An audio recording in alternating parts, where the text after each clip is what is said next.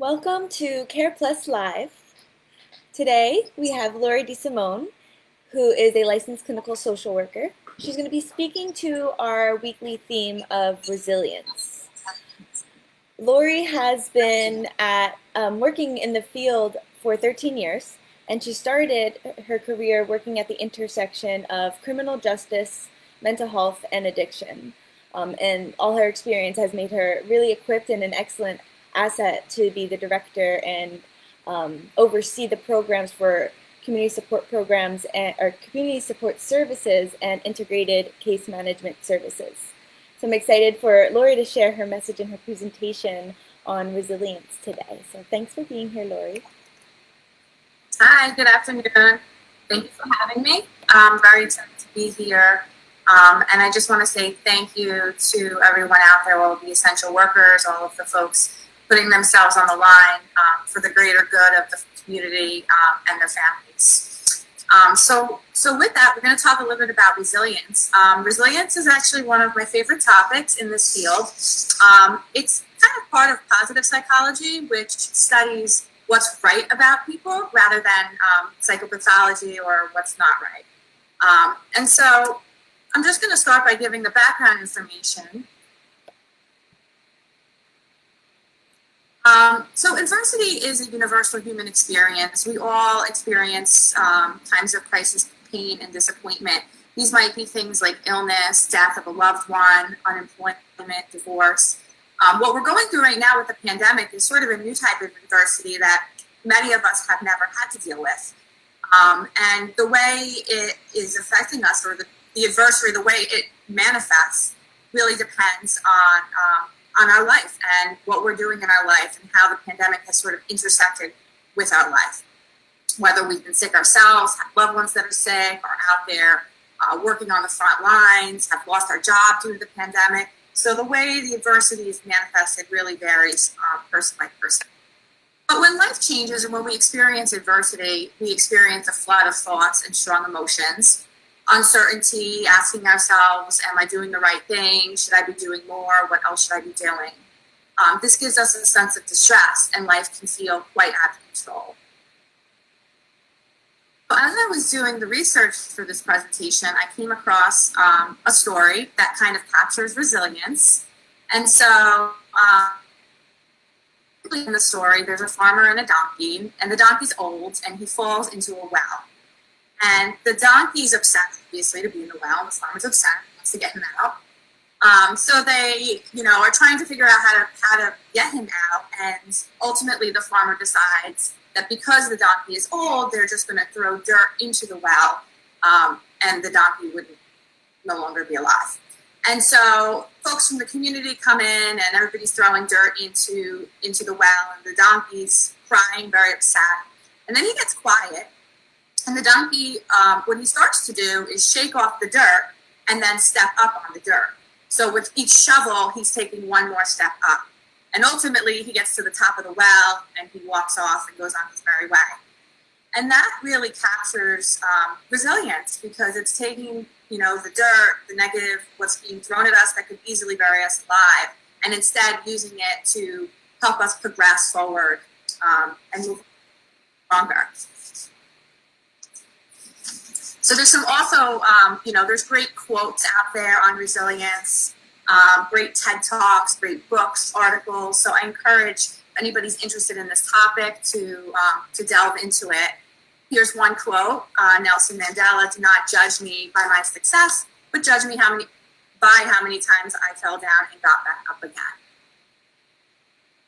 What exactly is resilience? It's the ability to move through adversity in a way that's healthy.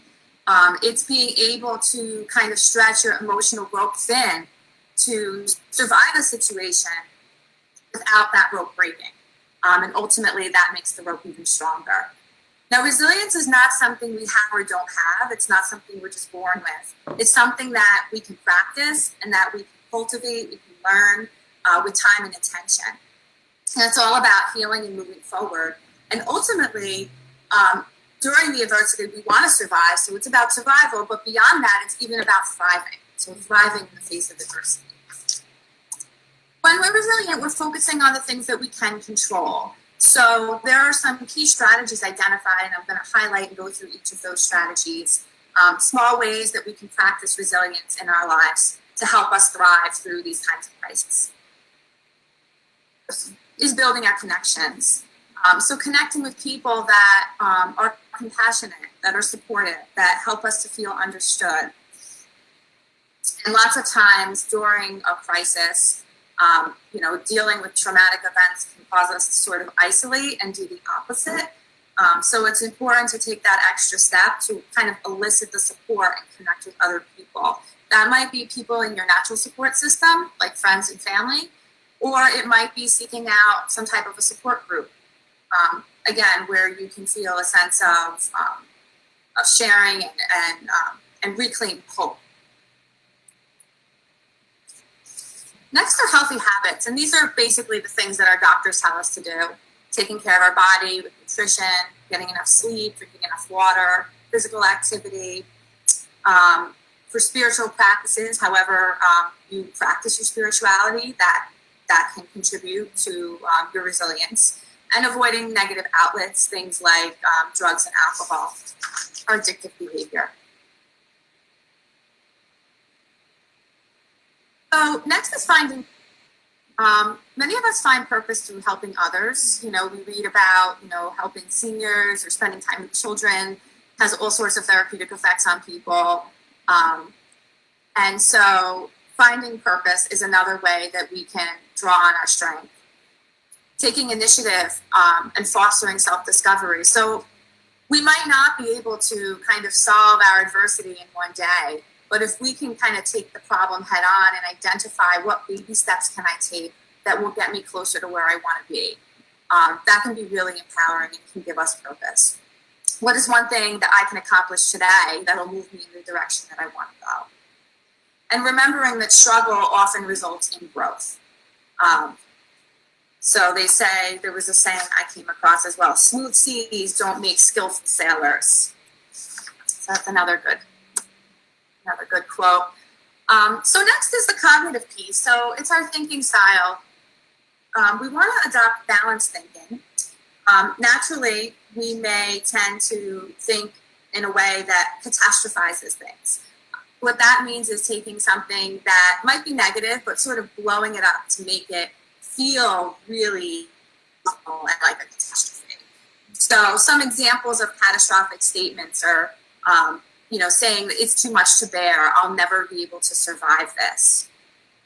And instead, the reframe would be saying something to yourself like, things are challenging, but I'm strong and I've overcome a lot and I can handle this. So the thoughts that we practice can really impact the way we feel.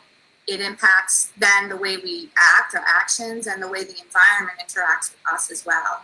So it's quite empowering to be able to catch those thoughts, those irrational thoughts, or those thoughts that are putting you more in a negative emotional space, and then be able to kind of reframe a more rational thought that is more helpful to you.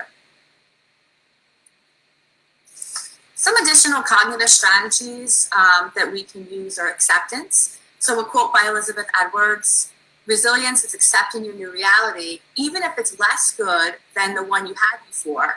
You can fight it, you can do nothing but scream about what you've lost, or you can accept that and try to put together something that's good. Acceptance is another key piece, another skill that we talk about in therapy. Doesn't mean that you like what's happening. It just means that we're accepting the things we can't change to help us move through them. Optimism. Optimism, I was actually just reading something this morning that talks about learned hopefulness, practicing being able to see the possibilities and believing that good things are going to happen to you. That's a skill, a habit really, that we can practice that can profoundly impact the way we feel, and again, the way we act and the way the environment interacts with us, and ultimately the things that happen to us. And finally, reflecting on past hardships that resulted in your growth. So we all have our own stories, things we've overcome, your own narrative. And many of us in the helping professions and on the front lines, I imagine we went into the field because of things we went through. adversity that we grew from. And so reflecting on those experiences can be another source of strength to bolster you through the current challenges that you might be experiencing. Sort of another thing I think about with that as well is generational resilience. So, thinking about maybe past folks in your generation that went through, really, really challenging circumstances, whether that be, immigration or poverty, racism, war, pandemics, all sorts of things that the generations before us were able to, really get through. The Great Depression, another great example. And so sometimes drawing on those stories as well can help us connect to that strength within us. And Oprah Winfrey, turn your wounds into wisdom. Another good quote. So finally, asking for help is part of resilience. So we all get stuck sometimes. While we do have the answers within ourselves, and we all know within ourselves the path to healing, sometimes we get stuck and we need a guide, somebody to help us move through that path, somebody to help us realize our path. And so that can be the role of mental health professionals. And so Care Plus New Jersey is here to assist. If you are a first responder working or living in Bergen County, we have a warm helpline. The number is on the page, and that's definitely a way to reach out, connect with helping professionals who can, again, help guide you through your path of healing and strength. And just some final quotes. The world is full of suffering, but it's also full of overcoming.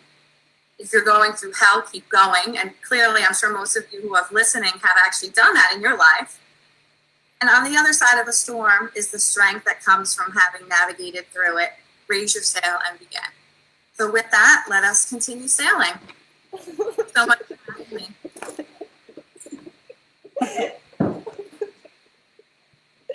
That's her first appearance. Thank you so much, Laurie. That was really, really great. Thank you. But thank you. And like Laurie said, these Fridays we've dedicated especially to reaching out to those on the front line, to our healthcare workers, to our law enforcement, first responders. And a new initiative at Care Plus is actually even being on site at grocery stores. So everybody who is really going through it, we're here with you. We're here for you. This phone line is reserved and specialized for those healthcare, law enforcement, and first responders. That number is in this post, as well as our general admissions line. And we've also left a link to an activity on My Strength, as we've been doing. Hopefully you've created an account. If you had any questions, please be in touch. And Laurie, thank you again. Laurie has proven she's the perfect person for resilience today with our technical difficulties. So thank you, Laurie, and everybody have a great weekend. Thank you.